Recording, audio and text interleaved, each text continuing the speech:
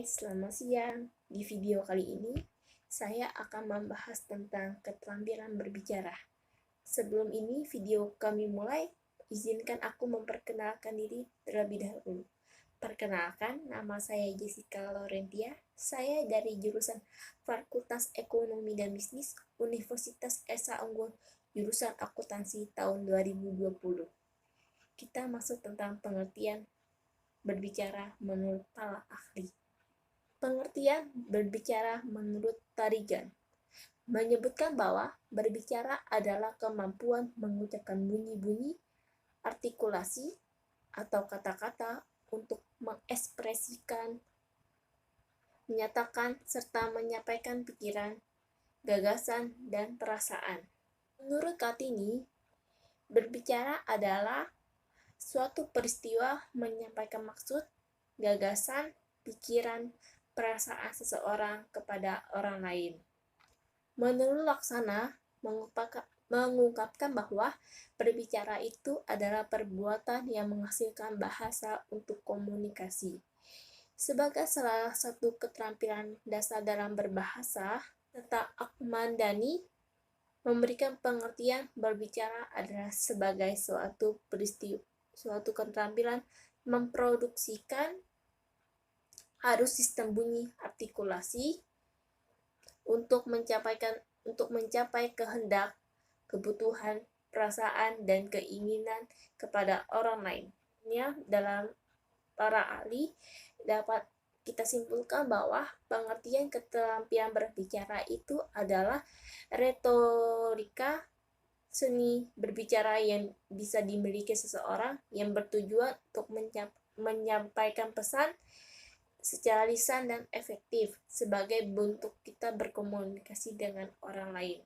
Dan sebagai seni, keterampilan berbicara itu adalah suatu seni yang keterampilannya elegan, ekspresif, dan kreatif. Tujuan berbicara. Tujuan utama berbicara adalah berkomunikasi. Sehingga banyak diungkapkan bahwa bahasa merupakan alat komunikasi agar dapat menyampaikan pikiran secara efektif.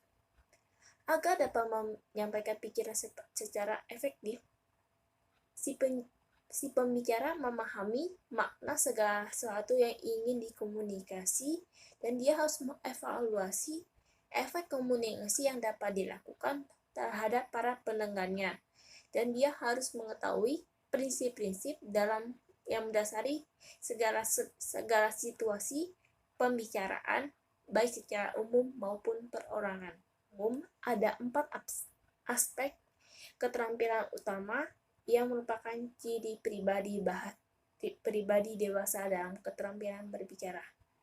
Yang pertama adalah keterampilan sosial. Keterampilan sosial adalah kemampuan beradaptasi secara efektif dalam hubungan masyarakat.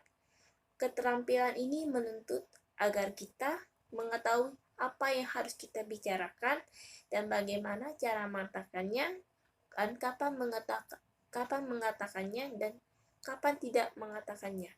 Yang kedua adalah keterampilan simatik.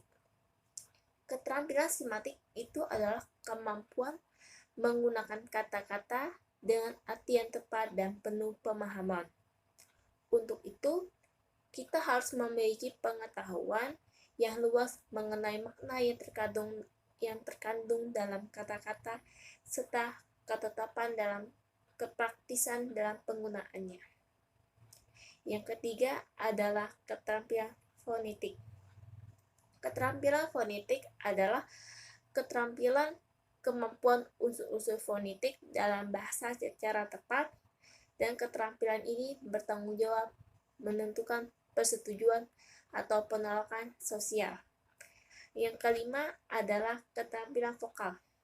Keterampilan vokal adalah kemampuan menciptakan efek emosional yang diinginkan dengan suara.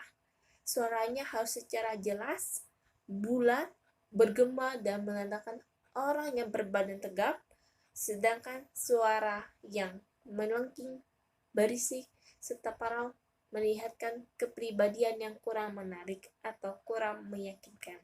Sarana dalam berbicara. Dua sarana yang dapat dipergunakan dalam keterampilan berbicara untuk aktivitas komunikasi retoris, yaitu mendengarkan dan mendengar sikap yang penting dalam proses dialog dan diskusi. Yang kedua adalah taktik-taktik retoris dalam uraian. Berikut ini akan diperjelaskan dalam sejumlah taktik. Yang pertama, taktik farmasi. Taktik farmasi mencakup antara lain: pertama, taktik ya; kedua, taktik mengulang; ketiga, taktik sugesti; yang keempat, taktik adaptasi; yang kelima, taktik menagetkan. Hubungan keterampilan berbicara dengan keterampilan yang lain. Sehubungan dengan penggunaan bahasa, keempat keterampilan berbahasa itu saling terkait antara keterampilan yang satu dengan keterampilan yang lain. Jika dilihat dari penggunaan seseorang ketika berkomunikasi sehari-hari, keempat keterampilan berbahasa itu memiliki hubungan yang erat, seperti penyimak dan membaca yang digunakan untuk menerima dan menanggap komunikasi.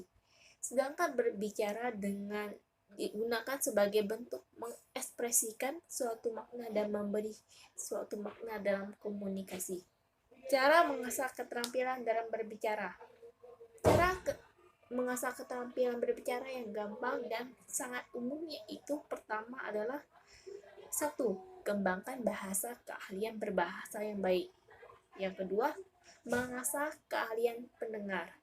Yang ketiga, dalam keadaan emosional, jangan paksakan untuk mengutarakan pendapat. Yang keempat adalah bersikap kritis terhadap setiap sudut pandang seseorang. Yang kelima adalah memiliki teman pelajar bersama seperti organisasi atau komunitas.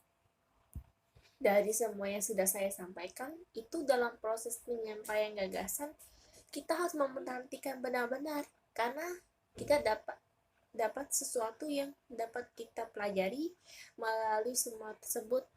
Dan dalam proses penyampaiannya ada terdiri dari 4 macam. Yang pertama adalah pembicara, kita yang membuka bicara. Yang kedua, lawan bicara kita. Yang ketiga, lambang. 4, pesan. Karena semua tersebut adalah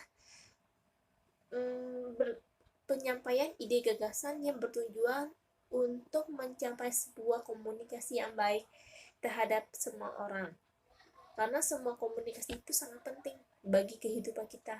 Karena tanpa komunikasi tidak akan terjadi suatu ikatan komunikasi yang akurat antara satu orang kepada orang lain. Sekian video pada hari ini. Terima kasih yang sudah menonton. Dan saya berterima kasih pada semuanya, karena bukan karena ini, video ini tidak akan pernah terjadi. Sekian dan terima kasih.